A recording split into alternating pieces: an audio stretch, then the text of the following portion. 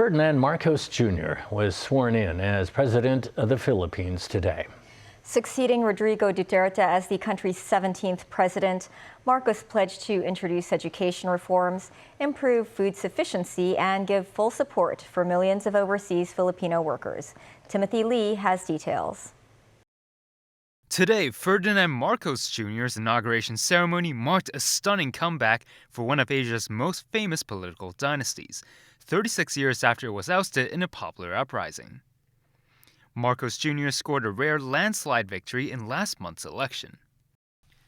Voters are counting on him to deliver on pledges to create jobs and bring down consumer prices in a country of 110 million people, nearly a quarter of whom live on less than $2 per day. In his inaugural speech, Marcos Jr., better known as Bongbong, said the country would go far under his watch, with policies that benefit everyone. The 64-year-old also defended the legacy of his late father. "My father built more and better roads, produced more rice than all administrations before his," said Marcos Jr. He got it done, sometimes with the needed support, sometimes not. So will it be with his son, he added. The elder Marcos ruled the Philippines from 1965 for 2 decades.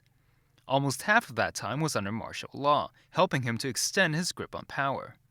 That until he was overthrown in 1986 in the army-backed People Power Revolution. The strongman and his family then went into exile in Hawaii, where he died in 1989.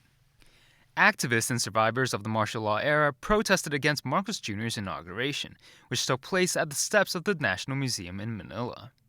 Thousands of police officers, including anti-riot contingents, SWAT commandos, and snipers, were deployed in the Bayside tourist district. Among the foreign dignitaries attending the inaugural ceremony were Chinese Vice President Wang Qishan and U.S. Vice President Kamala Harris's husband, Doug Emhoff. Timothy Lee, TVB News.